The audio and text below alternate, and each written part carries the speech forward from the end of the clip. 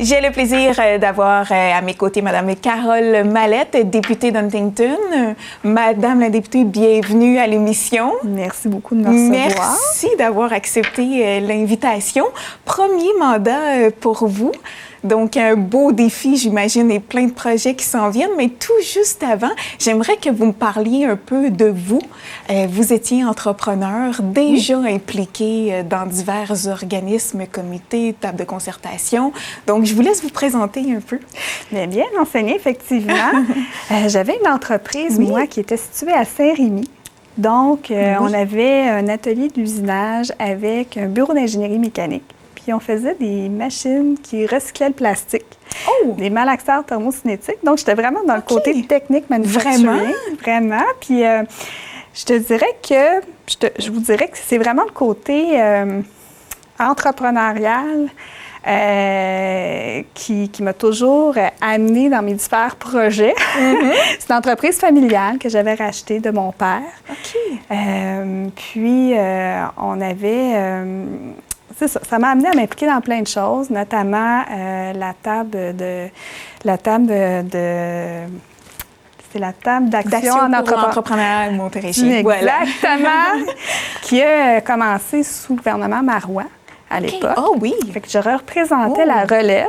À cette époque-là, j'étais une relève. Puis, ça avait fini à peu près en 2020.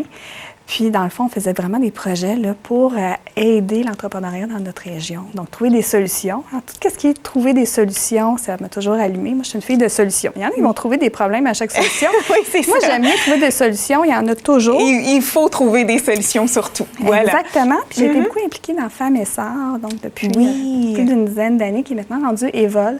Toujours dans le soutien là, pour l'entrepreneuriat féminin, mais maintenant aussi LGBTQ+, l'immigration, puis tout ça. Donc, vraiment, peut-être ce qu'il y avait un peu de place que les institutions financières traditionnelles ne finançaient pas ce type de projet-là. Donc, Femmes et Sœurs, dans l'accompagnement, aussi beaucoup d'accompagnement. Donc, on a rencontré énormément d'entrepreneurs. Parce que moi, j'ai été surtout dans la période où c'était que pour les femmes, l'entrepreneuriat féminin. Wow. C'est encore là des super beaux projets. Très vraiment, intéressants. Déjà bien impliqués, surtout au niveau entrepreneurial. Puis dans ma philosophie, moi, d'entreprise, j'ai toujours vu ça un peu comme dans une pyramide inversée. J'ai toujours trouvé que on est là pour supporter nos équipes. On supporte nos directeurs qui, eux, supportent leurs équipes, qui, eux, supportent les gens qui font la valeur ajoutée dans l'entreprise. Voilà. Donc, c'est eux qui connaissent les vrais problèmes, mais qui vont aussi apporter les vraies solutions parce qu'ils sont dedans tous les jours. Puis en politique, c'est la même affaire. Moi, je vois la même chose, c'est-à-dire que il faut qu'on travaille en équipe ensemble, puis c'est surtout d'écouter les gens qui font. Donc, les organismes, les entreprises, les citoyens, puis qu'est-ce qu'ils vivent, quels problèmes ils constatent sur le terrain. Puis moi, mon travail, c'est une courroie de transmission, là, c'est de m'assurer que cette réalité régionale-là, elle va être bien apportée à Québec. Voilà. Donc ça, c'est vraiment ma philosophie. Puis là, j'imagine la prochaine question, c'est pourquoi la politique? Bien oui, exactement. Entre autres, parmi mes questions, parce que vous êtes toute jeune. Vous je suis quand même déjà dans la quarantaine. C'est encore jeune, ma chère, aujourd'hui, ça. En quadragénaire, on se comprend. Exactement. Qui n'est pas trop un beau mot, hein? Quadragénaire, mais en tout cas, on en reparlera. Ben non. On l'assume. Et puis, oui, c'est ça. Qu'est-ce qui vous a amené à débarquer dans ce milieu-là? Il devait avoir une passion à quelque part, je suis certaine. Je vous dirais la passion des humains. C'est déjà... Au départ, puis, c'est...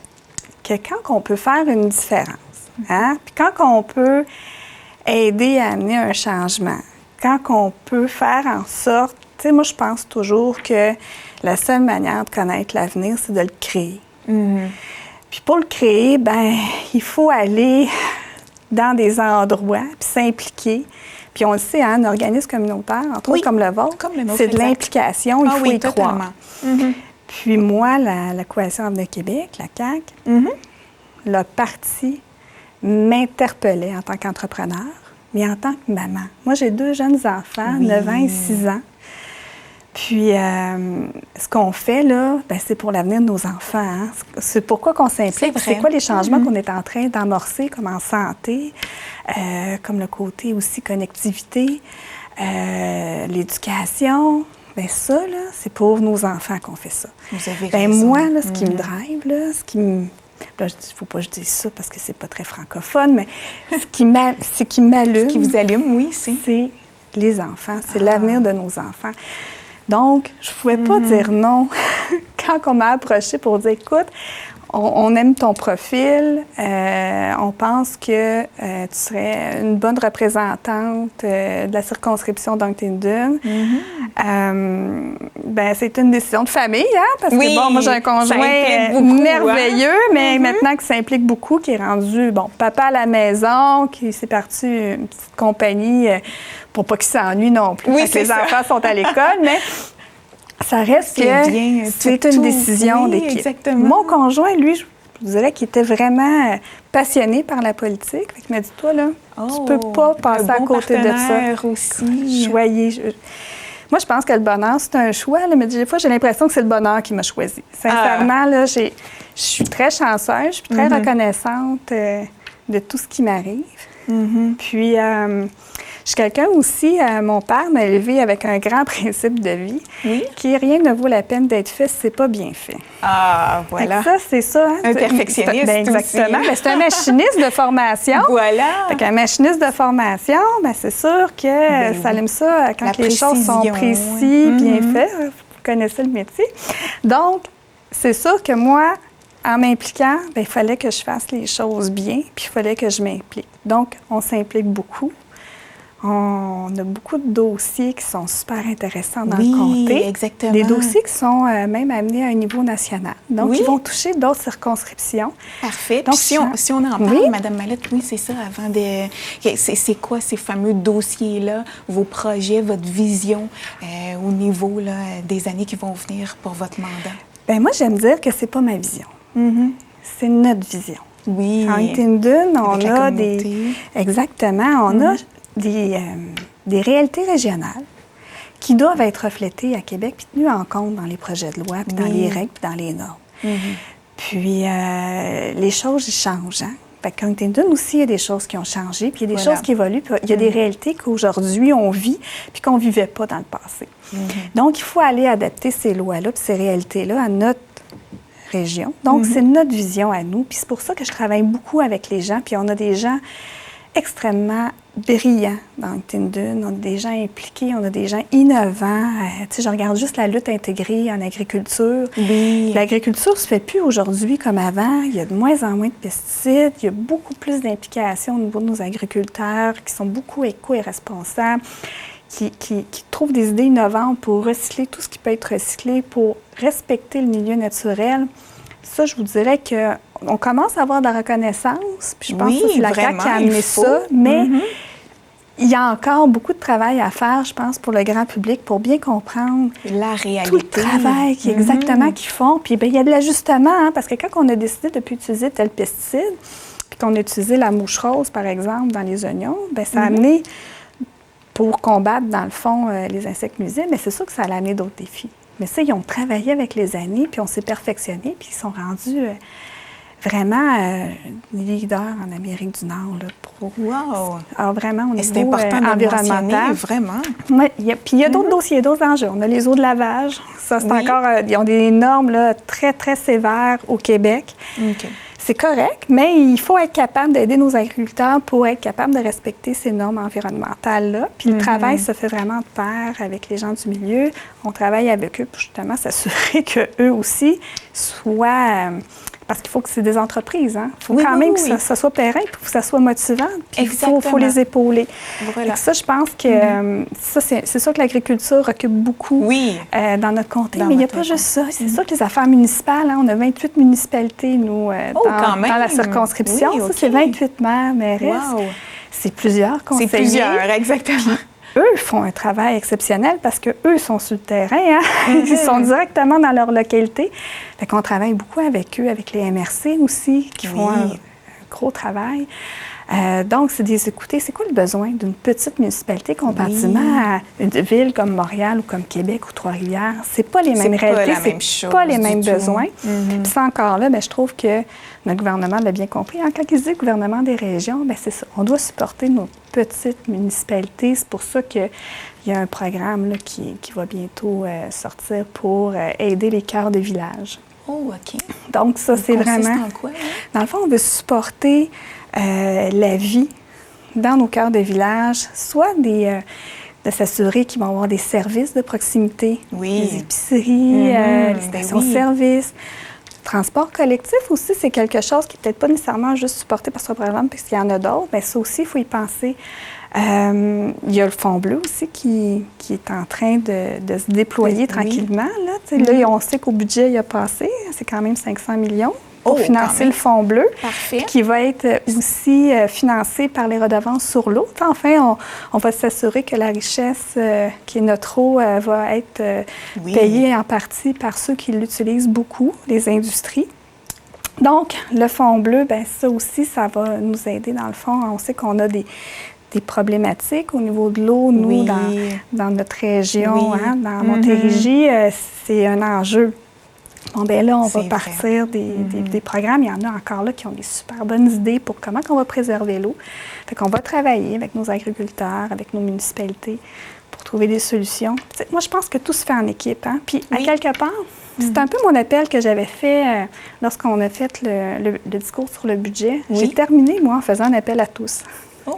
Parce que on peut être des clients qui paient le gouvernement pour avoir des services.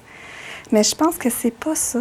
Je pense qu'on est des citoyens qui contribuent à une société. Puis quand on contribue à une société, mais c'est pas juste de s'attendre à ce que la nation, le Québec, nous offre des services puis qu'on ait ces services-là.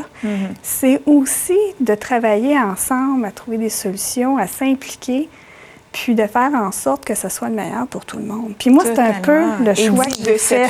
De cette façon-là, c'est d'autant mieux exprimé et plus engageant envers les gens au lieu de le voir de l'autre façon. Exactement, parce que c'est pas juste d'attendre d'avoir un service de proximité. Puis tu sais, quand on dit travailler ensemble, là, ben, c'est les entreprises, c'est les citoyens, c'est les organismes, c'est les associations, c'est les syndicats. Tu sais, c'est tout le monde, on travaille ensemble. Puis il ne faut pas laisser personne de côté parce qu'on a tous aussi notre mot à dire. On est une société. Fait que le vivre ensemble, moi, j'y crois beaucoup. Puis sincèrement, c'est quand on se met ensemble, tu sais, ils disent, hein, quand on est tout seul, on va aller plus vite. Mais ensemble, on va aller plus loin. Exact. Moi, c'est ça que je vais appliquer. D'accord. Je suis persuadée que ça va bien réussir. Exactement. Puis, sincèrement, on n'est rien sans une bonne équipe. Puis, on ne peut pas être efficace, puis mener autant de dossiers, parce qu'on en a parlé rapidement, mais on a la proximité de santé, on a beaucoup de choses. Puis on a encore plein d'autres dossiers qu'on n'a pas nommés. Mais ça prend des gens compétents, puis des gens qui sont motivés pour les faire. Puis personnellement, puis je vais le dire très humblement, puis sans préjudice pour mes confrères députés, mais sincèrement, Huntingdon a la chance d'avoir la meilleure équipe de comté. On a 4 personnes à temps plein, 4 attachés politiques qui sont dans le comté. J'ai Mère-Claude Picard qui va s'occuper de tout le dossier volet santé, communautaire, éducation, famille. Donc, un gros dossier. Un gros dossier, effectivement. Mais en plus de ça, elle s'occupe de mon agenda. Donc, c'est elle ma boss, elle me dit où ce que je vais. Puis, elle va s'occuper aussi de nos communications. Fait un gros chapeau, Mère-Claude. Vraiment. J'ai Caroline Louis-Charles qui, elle, va s'occuper du volet immigration, agriculture, mais aussi de toute la gestion du bureau. Donc, toute la gestion, administration, puis tout ça. Et elle s'occupe aussi des cas de comté. Quand on parle d'un cas de comté, c'est citoyen, citoyenne qui a besoin d'une aide, peut faire appel aux députés, soit pour être mis en contact, être bien orienté, ou s'il y a une problématique sur un dossier dans un des ministères. On peut, nous, avec les relations qu'on a, vérifier pourquoi, quelle est la problématique. Des fois, c'est de démystifier, de bien informer, de bien expliquer. Des fois, ça fait la différence. C'est vrai. C'est vrai. J'ai M. Richard Bonin, qui est un ancien juge administratif. Donc, le côté législation, rédaction, tous les dossiers de fond, s'occupe aussi de notre territoire, communauté autochtone, à Kwasasne. Donc, il va s'occuper de ce dossier-là. Il va aussi s'occuper des gros dossiers environnementaux. Donc, on parle du barrage de la guerre et tout ça. Donc, on a très important. Fait que tous les dossiers de fonds qui demandent vraiment de rédaction. Puis il va aussi s'occuper des relations avec les cabinets quand ça demande beaucoup plus de représentation parce que lui, il est basé à Québec. Il va descendre régulièrement ici dans le comté, mais à Québec, c'est notre contact privilégié. Il va s'occuper aussi des recherches avec la bibliothèque de l'Assemblée nationale quand on a besoin d'avoir plus d'informations. Et mon dernier, qui n'est pas le moindre, Sylvain Caz, qui, lui, s'occupe de tous les dossiers avec les élus, avec les entreprises. Donc, tout le côté, le volet entrepreneurial, puis tout ça. Il va s'occuper de certains aussi dossiers agricoles, environnementaux, puis tout ça, mais vraiment, là, c'est la relation là, avec... exactement. Il est lui-même conseiller municipal dans un autre comté, donc il a aussi une expérience vraiment importante. Puis c'est des gens que ça fait déjà plusieurs années qui sont attachés politiques, donc qui ont une expérience, une expertise. En fait, je suis extrêmement choyée de les avoir. Puis sincèrement, là, la valeur ajoutée, là, c'est eux qui l'amènent. Fait que je suis bien contente de travailler avec eux autres. Ah, bien, c'est génial. Je suis certaine qu'ils vont être super contents plus d'entendre tous ces beaux mots que vous dites sur votre équipe. Il faut le répéter, ça. Exactement. Il faut le dire, comme vous le dites si bien, parce que toute seule, ça se fait pas. Il faut être bien entouré. Donc, Madame Mallette, c'est un plaisir de jaser avec vous. Ça a été une belle discussion. Vous revenez quand vous voulez dans nos studios. Merci. Merci à vous.